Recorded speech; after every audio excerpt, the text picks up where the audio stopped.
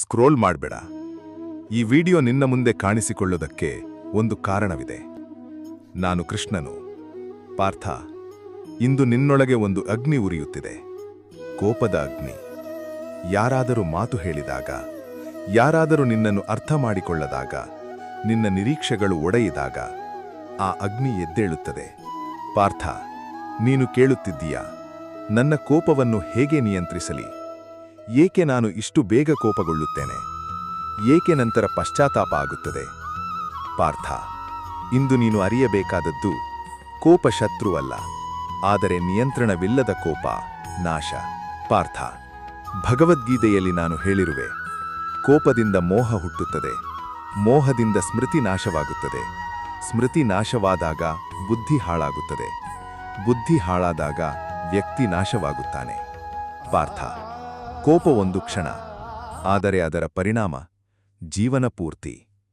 ಪಾರ್ಥ, ಕೋಪ ಯಾವಿಂದ ಬರುತ್ತದೆ ಗೊತ್ತಾ?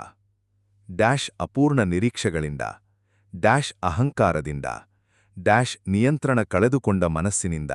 ನೀನು ಬಯಸುತ್ತೀಯ ಎಲ್ಲವೂ ನಿನ್ನಂತೆ ನಡೆಯಲಿ, ಆದರೆ ಜೀವನ ನಿನ್ನಂತೆ ನಡೆಯುವುದಿಲ್ಲ. ಪಾರ್ಥ, ಅಲ್ಲಿ ಕೋಪ ಹುಟ್ಟುತ್ತದೆ. ಪಾರ್ಥ, ಕೋಪದ ಮೊದಲ ಸತ್ಯ, ಕೋಪ ನಿನ್ನ ಮೇಲೆ ಹಿಡಿತ ಸಾಧಿಸುತ್ತದೆ. ನೀನು ಯೋಚಿಸುತ್ತೀಯ, ನಾನು ಕೋಪದಲ್ಲಿದ್ದೇನೆ. ಇಲ್ಲ ಪಾರ್ಥ, ಆ ಕ್ಷಣದಲ್ಲಿ ಕೋಪ ನಿನ್ನನ್ನು ಹಿಡಿದಿದೆ.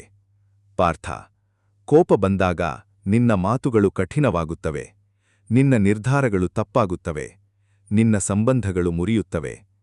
ಪಾರ್ಥ, ನಂತರ ನೀನು ಹೇಳುತ್ತೀಯ, ನಾನು ಹಾಗೆ ಹೇಳಬಾರದಿತ್ತು. ಆದರೆ ಹೇಳಿದ ಮಾತು ಹಿಂದಿರುಗುವುದಿಲ್ಲ. ಪಾರ್ಥ, ಇಗೋ ಕೇಳು, ಕೋಪವನ್ನು ಜಯಿಸುವ ಮಾರ್ಗ. ಚೈತನ್ಯ. ಪಾರ್ಥ, ಕೋಪ ಬರುತ್ತಿರುವ ಕ್ಷಣ ಅದನ್ನು ಗಮನಿಸು. ನಾನೀಗ ಕೋಪದಲ್ಲಿದ್ದೇನೆ ಎಂದು ಅರಿತುಕೊಳ್ಳು. ಅರಿವು ಇಲ್ಲದಿದ್ದರೆ ಕೋಪ ನಿನ್ನನ್ನು ಎಳೆದುಕೊಂಡು ಹೋಗುತ್ತದೆ. ಪಾರ್ಥ, ಅರಿವು ಬಂದಾಗ ನೀನು ಚಾಲಕ. ಮೌನ. ಪಾರ್ಥ, ಕೋಪ ಬಂದಾಗ ಮಾತನಾಡಬೇಡ. ಒಂದು ಕ್ಷಣ ಮೌನ, ಒಂದು ಉಸಿರು, ಒಂದು ವಿರಾಮ. ಪಾರ್ಥ, ಅದು ನಿನ್ನನ್ನು ರಕ್ಷಿಸುತ್ತದೆ. ಕೋಪದ ಕ್ಷಣದಲ್ಲಿ ತೆಗೆದುಕೊಳ್ಳುವ ನಿರ್ಧಾರ ಹೆಚ್ಚಾಗಿ ತಪ್ಪಾಗಿರುತ್ತದೆ. ಪಾರ್ಥ, ನಿನ್ನ ಉಸಿರು ನಿನ್ನ ಶಕ್ತಿ. ಕೋಪ ಬಂದಾಗ ನಿನ್ನ ಉಸಿರು ವೇಗವಾಗುತ್ತದೆ, ಮನಸ್ಸು ಗದ್ದಲವಾಗುತ್ತದೆ. ನೀನು ನಿಧಾನವಾಗಿ ಉಸಿರಾಡು, ಆಳವಾಗಿ ಉಸಿರೆಳೆ, ನಿಧಾನವಾಗಿ ಬಿಡು. ಅಲ್ಲಿ ಕೋಪ ನಿಧಾನವಾಗಿ ಕಡಿಮೆಯಾಗುತ್ತದೆ. ಪಾರ್ಥ, ನಿನ್ನ ಉಸಿರು ಶಾಂತವಾದರೆ ಮನಸ್ಸು ಶಾಂತವಾಗುತ್ತದೆ. ಪಾರ್ಥ, ಸಾಧ್ಯವಾದರೆ ಆ ಪರಿಸ್ಥಿತಿಯಿಂದ ದೂರ ಹೋಗು. ಕ್ಷಣ ಮಾತ್ರ, ಸ್ವಲ್ಪ ಸಮಯ. ಕೋಪದ ಅಗ್ನಿಯಿಂದ ಹೊರಗೆ ಬಾ. ಪಾರ್ಥ, ಅದು ಓಡಿ ಹೋಗುವುದಲ್ಲ, ಅದು ಜ್ಞಾನ. ಪಾರ್ಥ, ಯಾರಾದರೂ ನಿನ್ನನ್ನು ನೋಯಿಸಿದಾಗ ಅವರೂ ಕೂಡ ನೋವಿನಲ್ಲಿರಬಹುದು. ನೋವು ಇರುವವನು ನೋವು ಕೊಡುತ್ತಾನೆ. ಪಾರ್ಥ, ಅರ್ಥ ಮಾಡಿಕೊಂಡಾಗ ಕೋಪ ಕಡಿಮೆಯಾಗುತ್ತದೆ. ಪಾರ್ಥ, ನೀನು ಹೆಚ್ಚು ನಿರೀಕ್ಷೆಯಿಟ್ಟಷ್ಟು ನೀನು ಹೆಚ್ಚು ಕೋಪಗೊಳ್ಳುತ್ತೀಯ. ಜೀವನವನ್ನು ಸ್ವೀಕರಿಸು, ಜನರನ್ನು ಸ್ವೀಕರಿಸು, ಅಲ್ಲಿ ಶಾಂತಿ ಬರುತ್ತದೆ. ಪಾರ್ಥ, ಕೋಪವನ್ನು ಹಿಡಿದುಕೊಂಡರೆ ಅದು ನಿನ್ನೊಳಗೆ ವಿಷವಾಗುತ್ತದೆ. ಇತರರಿಗೆ ನೋವು ಕೊಡುವುದಕ್ಕಿಂತ ಮೊದಲು ನಿನ್ನನ್ನು ಸುಡುತ್ತದೆ. ಪಾರ್ಥ, ಕ್ಷಮಿಸುವುದು ಒಂದು ದೌರ್ಬಲ್ಯವಲ್ಲ, ಅದು ಶಕ್ತಿ. ಕ್ಷಮಿಸಿದಾಗ ನೀನು ಮುಕ್ತ. ಪಾರ್ಥ, ನೀನು ಕೇಳಬಹುದು, ಕೋಪವೇ ಬರಬಾರದೆ? ಇಲ್ಲ, ಕೋಪ ಸಹಜ, ಆದರೆ ಅದನ್ನು ನಿಯಂತ್ರಿಸಬೇಕು. ಪಾರ್ಥ, ನಿಯಂತ್ರಿತ ಕೋಪ ನ್ಯಾಯ, ನಿಯಂತ್ರಣವಿಲ್ಲದ ಕೋಪ ನಾಶ. ಪಾರ್ಥ, ನಿನ್ನೊಳಗೆ ಒಂದು ಶಕ್ತಿಯಿದೆ, ಶಾಂತಿಯ ಶಕ್ತಿ. ನೀನು ಅದನ್ನು ಜಾಗೃತಗೊಳಿಸಬೇಕು.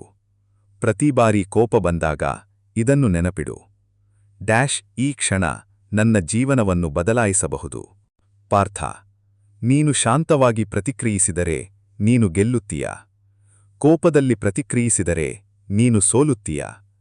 ಪಾರ್ಥ, ಬಲವಾದವನು ಯಾರು ಗೊತ್ತಾ? ಯುದ್ಧ ಗೆಲ್ಲುವವನಲ್ಲ, ತನ್ನ ಮನಸ್ಸನ್ನು ಗೆಲ್ಲುವವನು.